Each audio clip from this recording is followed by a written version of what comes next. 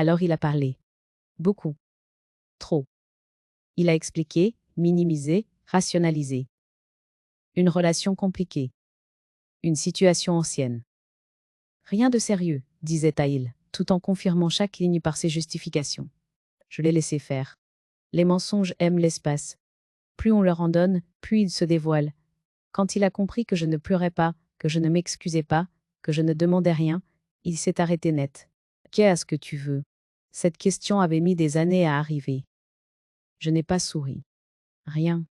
Comment ça, rien? C'est déjà fait.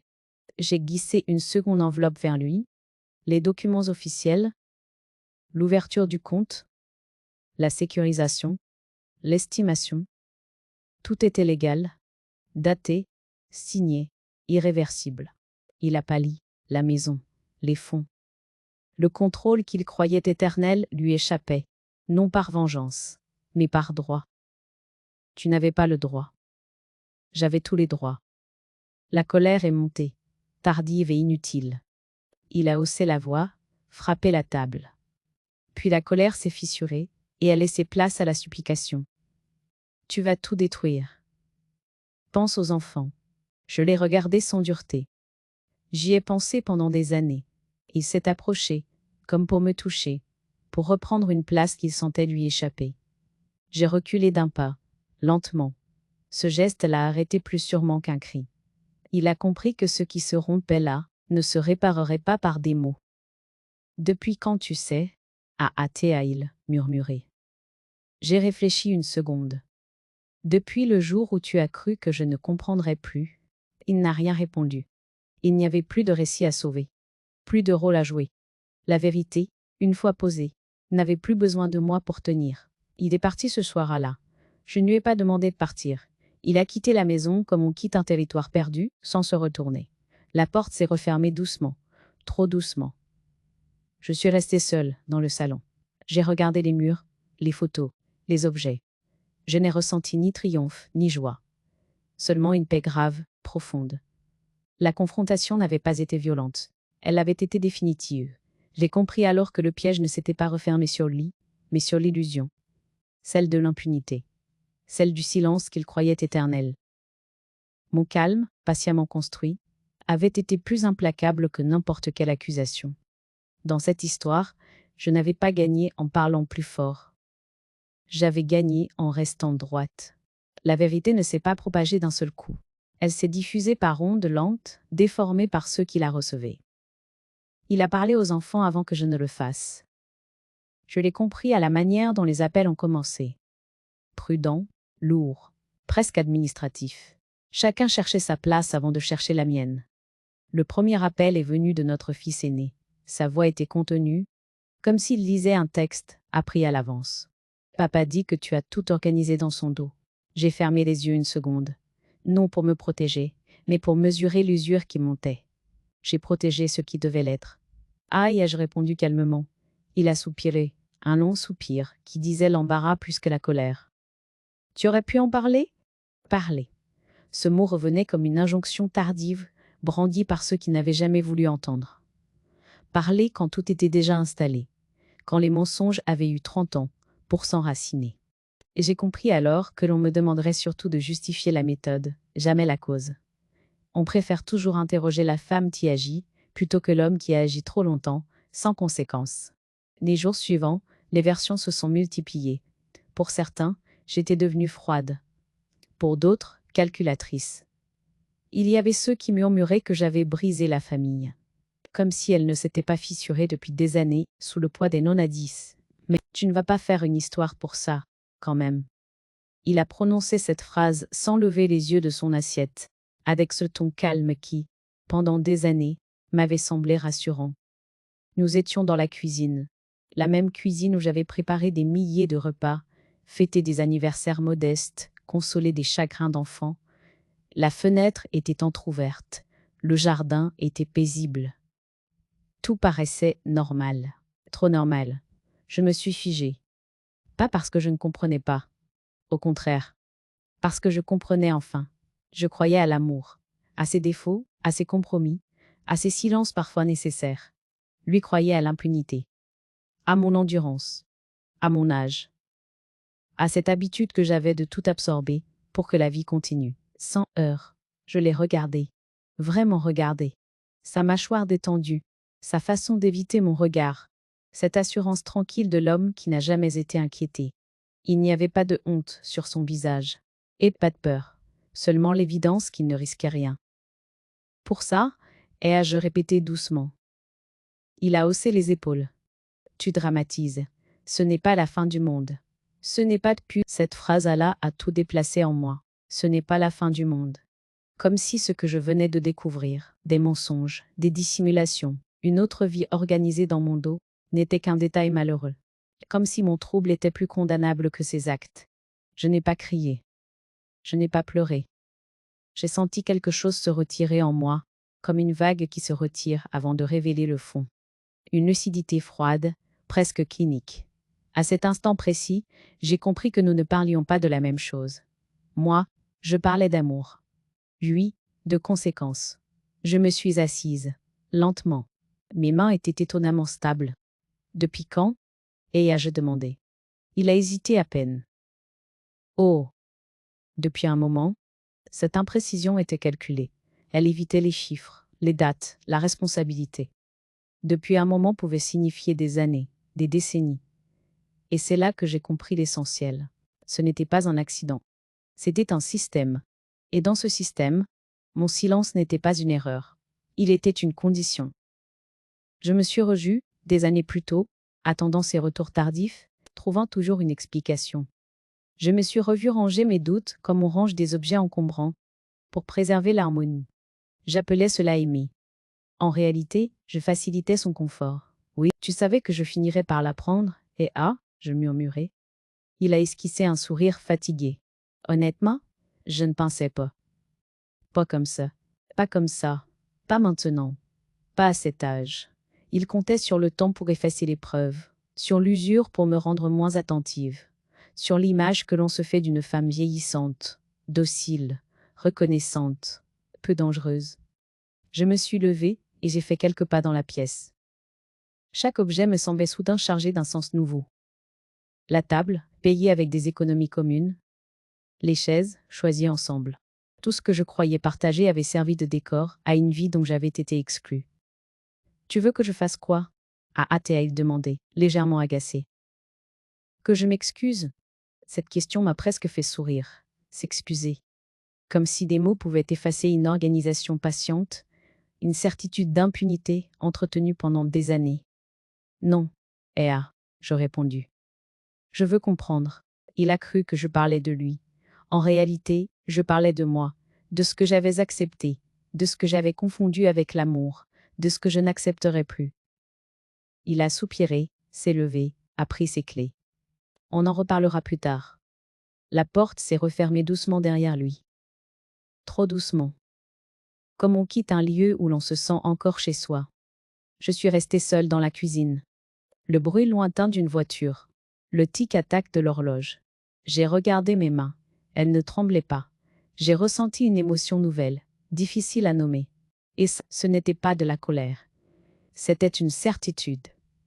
Je croyais à l'amour, oui, à l'amour qui respecte, qui explique, qui assume. Lui croyait à l'impunité, à cette zone grise où l'on agit sans jamais payer. Ce soir, là, sans éclat, sans promesse, quelque chose s'est terminé. Et autre chose a commencé. Je n'ai pas encore agi, je n'ai encore rien dit. Mais je savais une chose, profondément, irréversiblement. Mon silence ne serait plus jamais celui qu'il attendait. Avant cette phrase prononcée sans remords, avant cette certitude froide que je lisais désormais dans ses gestes, il y avait eu la vie d'avant. Une vie que je racontais souvent, avec simplicité, presque avec fierté. Quand on me demandait si j'avais été heureuse, je répondais oui, sans hésiter. Parce que j'avais appris à mesurer le bonheur à la durée, à la stabilité, à l'absence de scandale.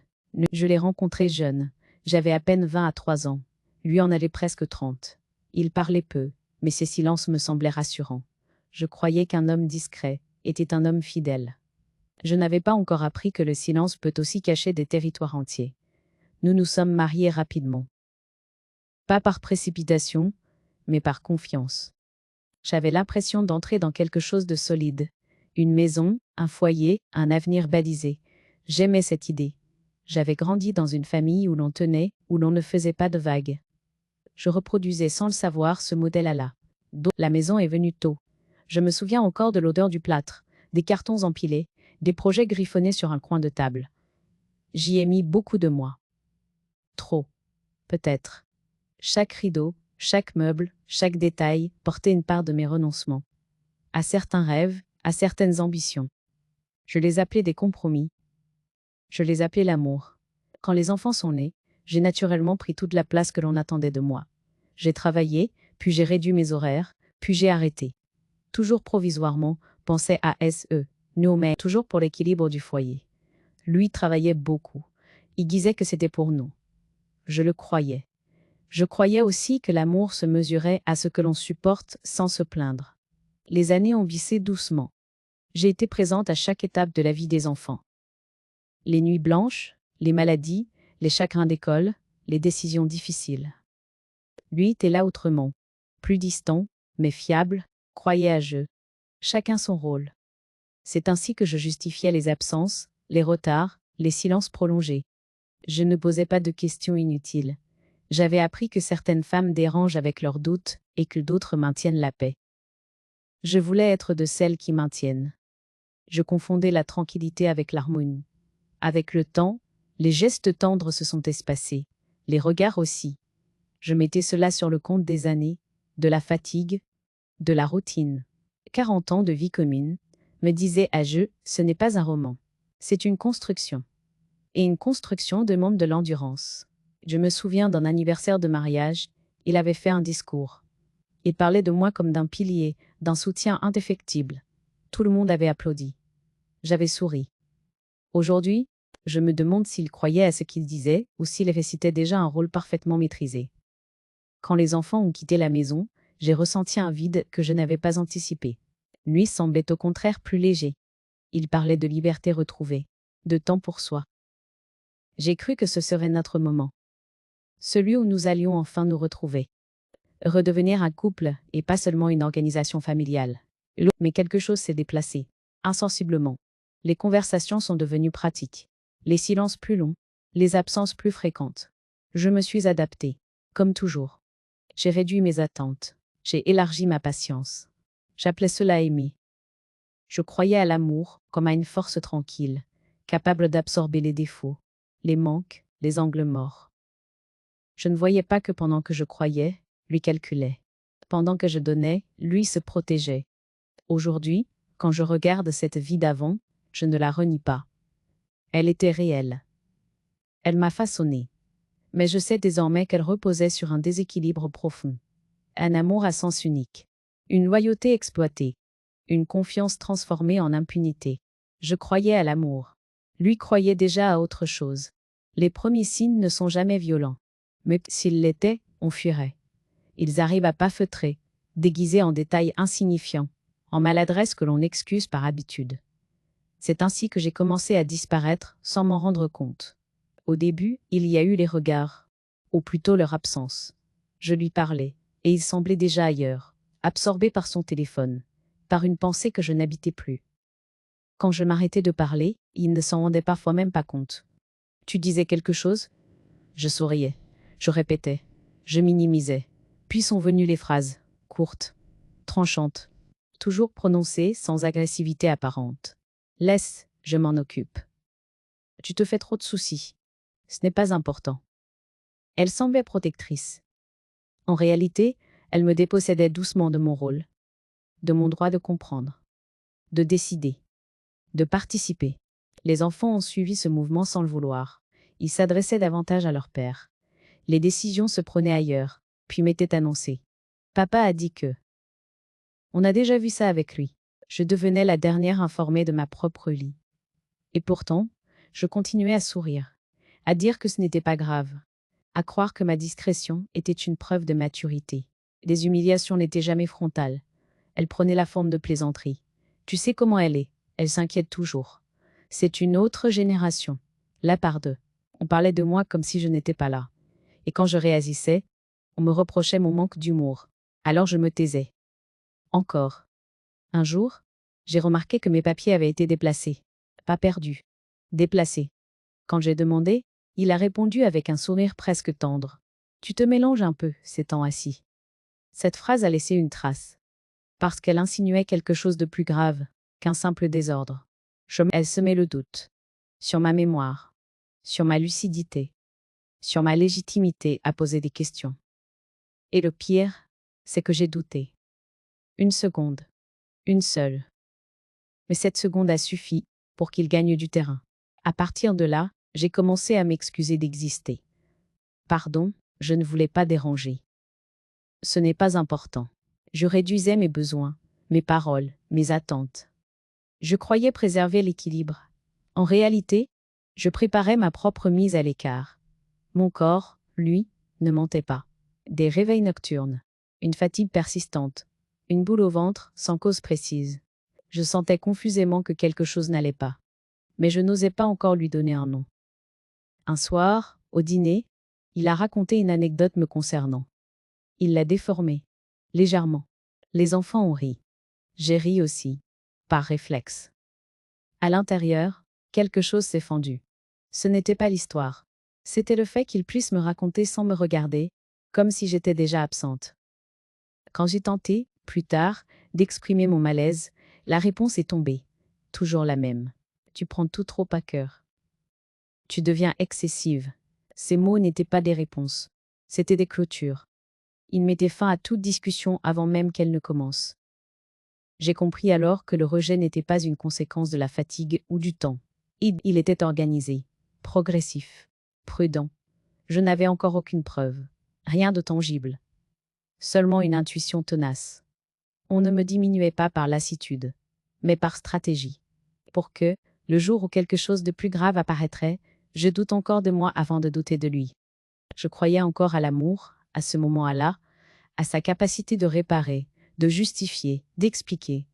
Lui, déjà, croyait à l'impunité que lui offraient mes silences répétés. Je ne le savais pas encore, mais ces petites humiliations n'étaient pas la fin d'une histoire. Elles en étaient la préparation. La bascule n'a pas eu lieu dans un éclat. Elle s'est produite un matin ordinaire, presque anodin, à l'heure où l'on croit encore que le quotidien nous protège. Je cherchais un document pour une formalité simple, un papier que je savais avoir rangé moi à même des années plus tôt, dans le secrétaire du salon. J'ai ouvert le tiroir. Le dossier n'y était plus. D'abord, je me suis dit que je me trompais. J'ai vérifié une seconde fois, puis une troisième. Rien. À la place, une chemise rigide, grise, sans étiquette. Elle ne m'appartenait pas. Je l'ai prise en main sans méfiance, avec ce réflexe ancien que l'on garde quand on croit être chez soi. Les premières pages étaient des relevés bancaires. Pas ceux de notre compte commun. Un autre compte, inconnu, à son nom. Les dates remontaient loin, très loin, des virements réguliers, précis, étalés sur des années. Une somme ici, une autre là. Toujours la même destination, toujours la même adresse. Je me suis assise, lentement. Mon cœur battait, mais mon esprit était d'une clarté étrange, presque implacable. Cette adresse, je l'avais déjà vue. Sur un reçu glissé trop vite dans une poche. Sur un ticket de stationnement oublié. À l'époque, j'avais chassé l'idée aussitôt. Aujourd'hui, elle revenait, insistante, documentée. J'ai continué à feuilleter. Un contrat de location. Longue durée. Un prénom féminin. Des dates qui correspondaient exactement à ses déplacements professionnels. Les week-ends. Les soirées tardives. Les absences répétées que j'avais justifiées à sa place pendant des années. Ce n'était pas une erreur, ce n'était pas une faiblesse passagère. C'était une organisation, une structure. Une autre lie entretenue avec méthode pendant que je comptais chaque dépense pour que notre foyer tienne, debout. À cet instant, j'ai compris que l'injustice n'était pas seulement affective. Elle était matérielle, calculée, durable. Je n'ai pas pleuré. J'ai pris une feuille, puis une autre. J'ai photocopié chaque document. Lentement. Avec soin. Comme on sauvegarde des preuves avant qu'on ne les efface. Chaque page qui sortait de la machine était une certitude de plus. Je les ai rangées dans une enveloppe neutre, sans nom. Je les glissées au fond de mon sac. Quand il est rentré ce soir-là, Je l'ai regardé autrement. Son sourire. Son ton. Sa façon d'éviter mon regard. Il parlait de sa journée. J'écoutais. Chaque mot sonnait creux. Je n'étais plus dans l'attente. J'étais dans la compréhension. Tout va bien, a-il demandé distraitement. Oui, et je répondu.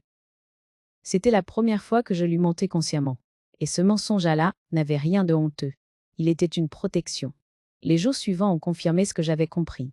Un bijou transmis par ma mère avait disparu. Je l'ai cherché. J'ai demandé. Il a haussé les épaules. Tu as dû le ranger ailleurs. Cette phrase, je l'avais entendue trop souvent, mais cette fois, elle ne m'a pas atteinte de la même façon. Parce que je savais. Parce que je voyais la cohérence derrière, le flou qu'il m'imposait depuis des années. J'ai retrouvé le bijou dans une boîte, au fond du garage. Prêt à être emporté, comme si un tri avait déjà commencé. Ce qui resterait ici. Ce qui partirait ailleurs. Sans moi. C'est à cet instant précis que la peur m'a quitté. Définitivement. Elle a laissé place à une décision froide, presque paisible. Il ne s'agissait plus de sentiments. Il s'agissait d'une tentative d'éviction. D'une certitude d'impunité bâtie sur mon silence et sur l'idée que, à mon âge, je n'oserais rien. Je me suis regardée dans le miroir ce soir-là. J'ai vu mes rides, mes cheveux gris, cette image que l'on utilise si facilement pour disqualifier. Et j'ai compris que ce que l'on appelait ma faiblesse était aussi ma force. J'avais vécu, j'avais observé, et surtout, je n'avais plus rien à prouver. Je n'ai pas confronté mon mari. Pas encore. Les confrontations hâtives servent toujours ceux qui mentent le mieux. J'ai choisi le silence, mais un silence différent. Un silence informé, structuré, décidé.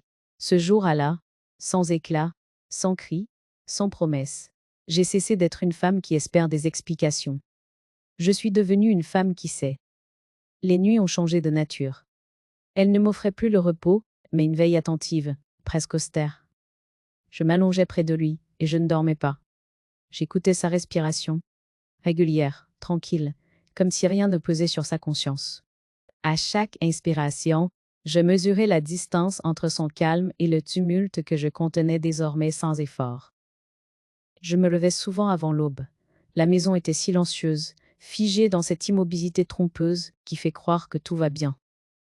Je m'asseyais à la table de la cuisine, sans allumer la lumière, et je laissais mes pensées s'ordonner. Je ne cherchais plus d'explications. Je cherchais de la clarté. La colère aurait été plus facile, plus immédiate, mais elle m'aurait aveuglée. Je voulais voir net, sans trembler. Je priais, mais autrement qu'avant. Pas pour sauver le couple, ni pour préserver une image. Je priais pour rester droite. Pour ne pas me trahir par une réaction impulsive. Pour transformer la blessure en lucidité. Et cette lucidité est venue, lente, ferme, presque apaisante. Elle m'a appris à distinguer l'urgence de l'importance. J'ai commencé à écrire. Pas un journal intime, non. Un inventaire. Un vieux carnet à couverture sombre, banal, presque invisible. J'y notais les dates, les absences, les incohérences, les virements, les adresses, les mensonges répétés sous des formes différentes. J'y notais aussi mes propres réactions, les moments de doute, les sursauts de culpabilité, les tentations de pardonner trop vite pour retrouver le confort du connu. Ce carnet n'était pas une arme, c'était une boussole. En relisant mes notes, j'ai compris quelque chose de douloureux. J'avais longtemps confondu amour et tolérance illimitée. J'avais cru que tenir signifiait tout absorber. Que la fidélité était une endurance. Que le silence était une preuve de maturité. Cette confusion m'avait rendu commode. Et l'impunité se nourrit de ce qui est commode. J'ai parlé à une personne extérieure. Mais quelqu'un qui ne connaissait ni mon mari ni notre histoire. Je n'ai pas raconté ma vie. J'ai posé des questions générales, presque abstraites. Sur la protection, sur les droits, sur la manière d'agir sans se trahir. Il m'a écouté longtemps, puis a dit simplement « Ne confondez pas agir et réagir ». Ces mots se sont déposés en moi. Réagir, c'est offrir le rythme à l'autre. Agir, c'est reprendre le sien. J'ai choisi d'agir. À la maison, je continuais à jouer la normalité. Je faisais les courses, je préparais les repas, je répondais avec douceur. Cette façade me donnait du temps. Personne ne se méfie d'une femme que l'on croit fatiguée, un peu absente, un peu vieillissante. J'ai compris, non sans amertume, que cette image pouvait aussi me protéger. Le doute revenait parfois, insidieux. Et si tu exagérais? Et si tout cela n'était pas aussi grave? Alors je sortais les copies. Je relisais les chiffres, les dates, les signatures. La réalité, froide et précise, dissipait la brume. L'impunité n'est jamais une erreur isolée. C'est une habitude. Je me suis surprise à éprouver de la compassion pour celle que j'avais été. Pas de la pitié, de la compréhension. Elle avait aimé avec les outils qu'elle avait. Elle avait cru que l'amour réparait tout. Aujourd'hui, je devais apprendre autre chose. Me protéger sans me durcir. Être ferme sans être violente. Être silencieuse sans disparaître. Un soir, en me regardant dans le miroir, j'ai vu une femme différente. Les rides étaient là, oui, mais le regard avait changé. Il y avait une détermination tranquille, sans haine. Je lui ai fait un signe de tête, comme on salue une alliée retrouvée. Je n'étais plus seule face à moi-même. Je savais que la suite demanderait de la méthode, de la patience, une rigueur que l'on n'attend pas de celle que l'on croit. Inoffensive. Cette idée m'a donné une énergie nouvelle. Silencieuse. Durable. Je n'étais pas pressée. Ce qui compte sur l'impunité parvient toujours sur l'impatience des autres. Désormais, mon attente n'était plus une soumission. C'était une préparation. Je n'ai rien fait dans la précipitation. J'avais compris que l'urgence est l'allié de ceux qui mentent. Moi, je voulais la précision. Alors j'ai transformé mes journées en séquences discrètes, presque invisibles. Chaque geste avait un but, chaque silence, une fonction. Le premier rendez-vous a eu lieu un mardi matin, à une heure banale. Le cabinet du notaire était sobre, presque froid. Cette neutralité m'a rassurée. Je n'étais pas venue pour raconter ma souffrance, mais pour protéger mon avenir. J'ai posé l'enveloppe sur la table, les copies, les relevés, les contrats, les dates alignées comme une chronologie irréfutable. Le notaire a lu sans m'interrompre. Son regard ne jugeait pas. Il évaluait. Vous avez bien fait d'attendre et de documenter, a-il dit simplement. Nous avons parlé de droit, de précaution, de temporalité, de ce qui m'appartenait légalement, de ce qui devait être sécurisé avant toute parole. Je notais mentalement chaque recommandation. La loi n'est pas une arme, c'est une protection. Encore faut-il apprendre à s'en servir. Les jours suivants, j'ai avancé avec méthode. J'ai ouvert un compte bancaire à mon nom seul. J'y ai transféré ce qui m'appartenait, strictement. Pas un euro de plus. Je tenais à rester irréprochable. L'impunité prospère sur les zones grises. Je refusais de lui en offrir. J'ai modifié mon testament. Ce geste, plus que tout autre, m'a bouleversé. Pendant des années, j'avais laissé l'avenir se décider à deux, par habitude, par confiance. Désormais, je reprenais la plume. Je choisissais. En signant, j'ai ressenti une paix étrange, comme si je posais enfin une frontière claire entre ce que j'avais donné et ce que je conservais. La maison a été estimée. L'expert marchait de pièce en pièce, notant, mesurant, évaluant. Je le suivais à distance. Chaque mur me rappelait une étape de ma vie. Chaque recoin, un renoncement. Ce lieu n'était pas seulement un bien, c'était une preuve matérielle de mon investissement, de ma constance, de mon existence même. À la maison, je continuais à jouer mon rôle. Je faisais le café, je préparais les repas, je répondais avec douceur. Il parlait de ses projets, de ses déplacements à venir. Je l'écoutais avec une attention nouvelle. Non plus par confiance, mais par observation. Il ne soupçonnait rien. Il croyait toujours à son impunité, à cette zone confortable où mes questions n'arrivaient jamais. Parfois, la tristesse me traversait. Pas pour lui. Pour la femme que j'avais été, celle qui avait cru que l'amour suffisait à poser des limites. Cette tristesse ne me paralysait plus. Elle me rendait plus précise, plus vigilante. J'ai rassemblé tous mes documents dans une pochette grise, banale, presque invisible. Elle ne quittait jamais mon sac. Personne n'y prêtait attention. Pourtant, elle contenait tout ce qui me protégeait désormais. Les preuves, les décisions, le futur. J'aimais ce contraste. La force cachée derrière l'apparence. Je découvrais une vérité essentielle. La revanche n'a pas besoin d'éclat pour être efficace. Elle peut être silencieuse, légale, presque élégante. Elle ne cherche pas à humilier. Elle cherche à rétablir un équilibre rompu par la certitude de ne jamais être inquiété. Un soir, il m'a regardé longuement avant de dire, d'un ton faussement léger. « Tu es très calme en ce moment. » Je me repose. Et ai-je répondu. Il n'a pas compris. Ce calme n'était pas une fatigue. C'était une concentration. Chaque démarche m'éloignait un peu plus de la dépendance et me rapprochait d'un point de bascule qu'il n'imaginait pas. Je n'avais plus peur. J'avais une trajectoire. Je savais que le moment viendrait où la vérité ne serait plus seulement comprise, mais posée. Et quand ce moment arriverait, je ne demanderais rien. Je ne supplierais rien. J'aurais déjà repris ce qui m'avait été confisqué sans bruit. Mon silence, désormais, n'était plus une protection fragile. Il était devenu une stratégie. La confrontation n'a pas été une explosion. Elle a été une dépose. Comme on pose enfin un objet lourd que l'on a porté trop longtemps, sans s'en rendre compte. J'avais choisi le moment avec soin, non par calcul cruel, mais par respect pour ce que je devenais, une femme qui agit sans trembler. Il est rentré plus tôt que d'habitude. J'étais assise dans le salon, droite, calme. Sur la table basse, une enveloppe claire, fermée, sans nom, rien d'agressif, rien qui crie, juste une présence qui ne pouvait pas être ignorée. « C'est quoi ?» a-t-il demandé. Je n'ai pas répondu tout de suite. Le silence, à cet instant, n'était pas une hésitation.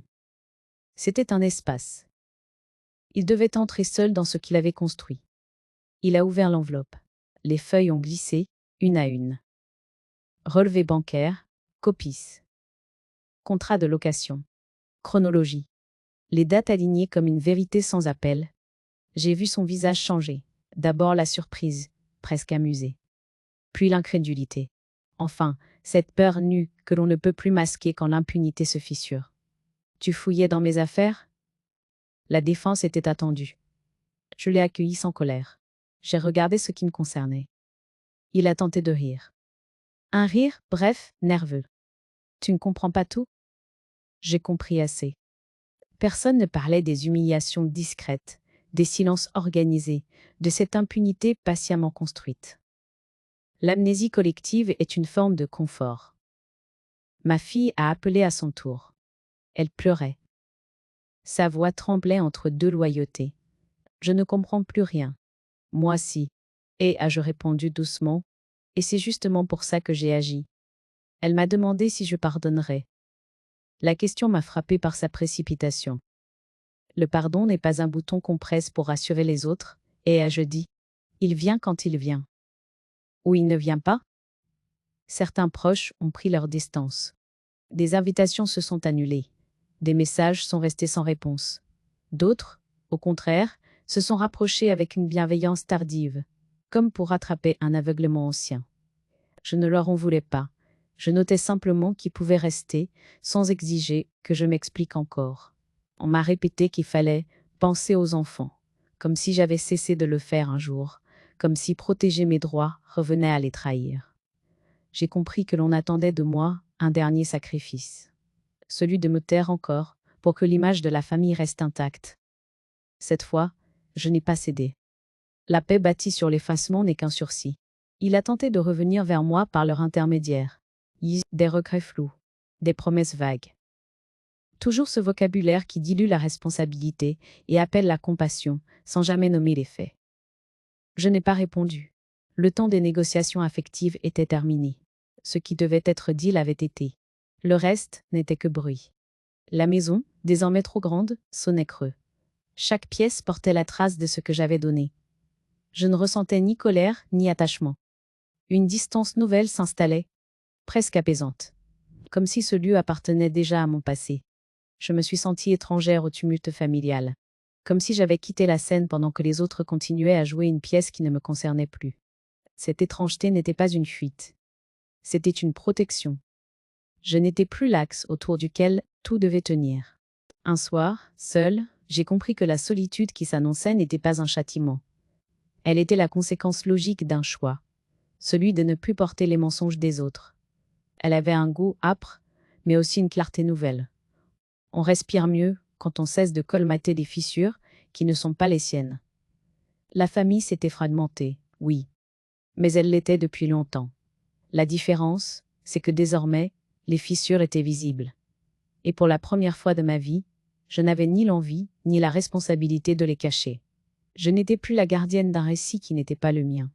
J'avais cessé d'être le mur contre lequel tout venait s'appuyer. Cette libération avait un prix, l'incompréhension, parfois la solitude. Mais elle avait aussi une valeur inestimable, la vérité assumée. Ce soir-là, en rangeant quelques affaires, j'ai compris que la suite ne se jouerait plus ici. Que ma vie, désormais, se construirait ailleurs. Et pour la première fois depuis longtemps, cette idée ne m'a pas effrayée. Elle m'a apaisée. Je suis partie un matin sans fracas, sans annonce. J'ai fermé la porte derrière moi avec cette lenteur respectueuse que l'on réserve aux lieux qui ont compté. Ce n'était pas une fuite. C'était un déplacement. J'avais compris que rester aurait été une manière de continuer à expliquer, à justifier, à colmater. Partir, au contraire, me permettait de respirer sans commentaire. Le nouvel endroit était simple. Un appartement clair, proche de la mer. Rien d'extraordinaire. Mais la lumière y entrait comme si elle m'avait attendu. Les murs étaient vides. J'y ai vu une chance. Rien n'était encore chargé d'histoire. Je pouvais poser les miennes avec précaution. Choisir ce que je garderais, ce que je laisserais dehors.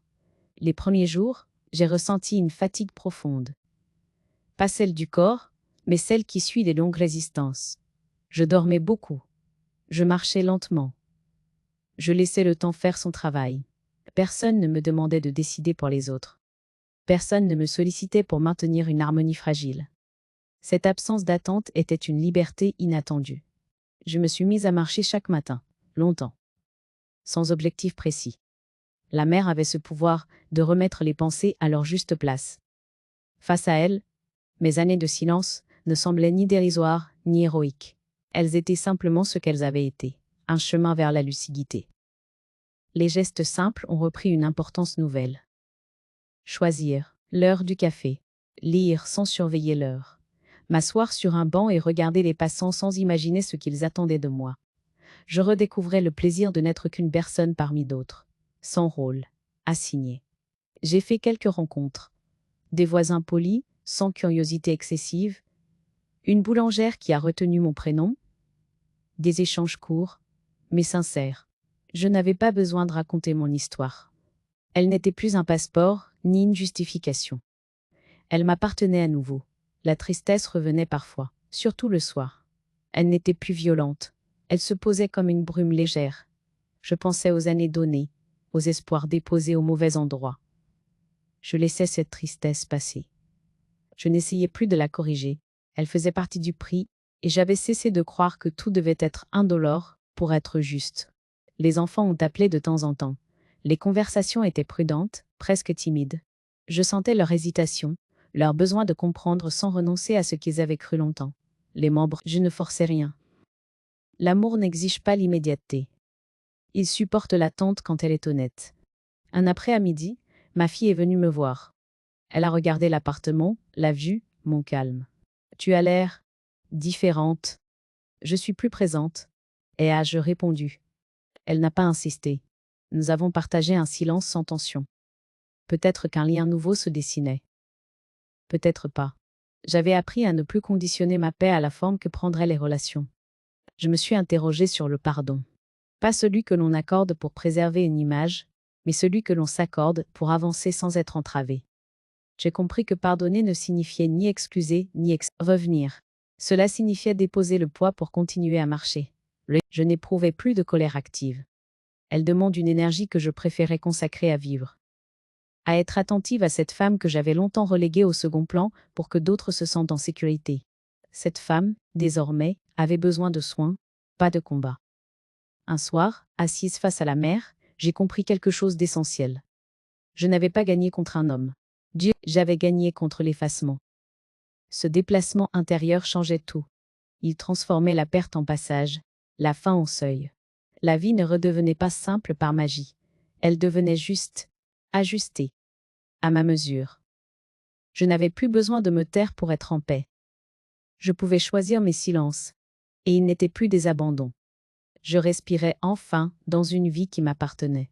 Je m'assieds souvent près de la fenêtre quand le jour décline. La lumière devient plus douce, moins exigeante. Elle ne demande rien. Elle éclaire ce qui est là, simplement. À cette heure-là, les souvenirs ne me heurtent plus. Ils se présentent comme des silhouettes lointaines, reconnaissables, mais incapables de me faire vaciller. Je repense à la femme que j'ai été. Celle qui croyait que l'amour se prouvait par la patience. Celle qui pensait que comprendre signifiait pardonner, avant même d'avoir été entendue. Je ne la juge plus. Elle a fait ce qu'elle a pu avec ce qu'elle savait. À une époque où l'on apprenait surtout aux femmes à tenir, à lisser, à ne pas déranger. Pendant longtemps, j'ai cru que le silence était une vertu, qu'il protégeait la famille, qu'il évitait les conflits, qu'il donnait le temps aux choses de s'arranger. Je n'avais pas compris qu'il existe un silence qui apaise et un autre qui efface. Le mien avait longtemps servi à me rendre invisible, à rendre possible des actes que personne n'osait nommer. Je n'ai pas découvert la vérité d'un seul coup. Je l'ai reconnue. C'est différent. Elle était là depuis longtemps, disséminée dans des détails, des absences, des phrases minimisantes. Je n'ai pas été trahi par un événement isolé, mais par une certitude installée, celle qu'il pouvait agir sans jamais répondre de ses actes. Cette certitude portait un nom, l'impunité. Je n'ai pas cherché à me venger au sens où on l'entend habituellement. Je n'ai pas voulu humilier, ni faire payer. J'ai voulu rétablir un équilibre rompu depuis trop longtemps. Reprendre ce qui m'avait été confisqué sans bruit. Ma place, ma parole, mes droits. La justice que je me suis accordée n'a pas crié. Elle n'a pas cherché l'approbation. Elle a simplement posé des limites claires. On m'a demandé si je regrettais. Comme si l'on attendait de moi une forme de repentir pour avoir cessé de me taire. Je ne regrette pas d'avoir ouvert les yeux. Je regrette seulement d'avoir cru si longtemps que l'amour justifiait tout, même l'effacement. L'amour n'excuse pas le mépris. Il ne transforme pas l'injustice en détail acceptable. Aujourd'hui, quand je choisis le silence, il n'a plus la même nature. Il n'est plus une fuite ni une soumission. Il est un espace que je maîtrise. Je me tais quand je n'ai plus besoin d'expliquer. Je me tais quand les faits parlent d'eux-mêmes. Je me tais parce que je n'ai plus à convaincre, qui que ce soit, de ma légitimité. Je pense souvent aux femmes qui doutent encore de leur perception. À celles à qui l'on répète qu'elles exagèrent, qu'elles sont trop sensibles, trop âgées, trop lentes pour comprendre. Je voudrais leur dire que ce qu'elles ressentent est une information, pas une faiblesse, que la lucidité n'a pas d'âge, et que l'on peut choisir tard, mais choisir pleinement. La solitude qui m'accompagne aujourd'hui n'est pas un vide. C'est un espace dégagé. J'y ai installé des habitudes simples, des silences pleins, des respirations longues. J'y ai retrouvé une dignité que je croyais réservée aux femmes plus audacieuses, plus jeunes, plus visibles. Elle était là, pourtant, en attente. Je ne cherche plus à refaire le passé. Je le regarde avec une distance apaisée. Il m'a mené ici, à cette clarté tranquille, qui ne dépend plus du regard de l'autre. Je n'ai pas gagné contre un homme, j'ai gagné contre l'oubli de moi-même. Et cela suffit largement à remplir une vie. Si je laisse un message derrière moi, il n'est ni amer ni triomphant. Il est simple. À celles et ceux qui se taisent trop longtemps par peur de perdre, je dirais ceci. Le silence n'est pas toujours une défaite. Il peut être un choix, une stratégie, une protection. Et quand il est choisi, assumé, éclairé, il devient autre chose. Le silence peut aussi être une forme de justice.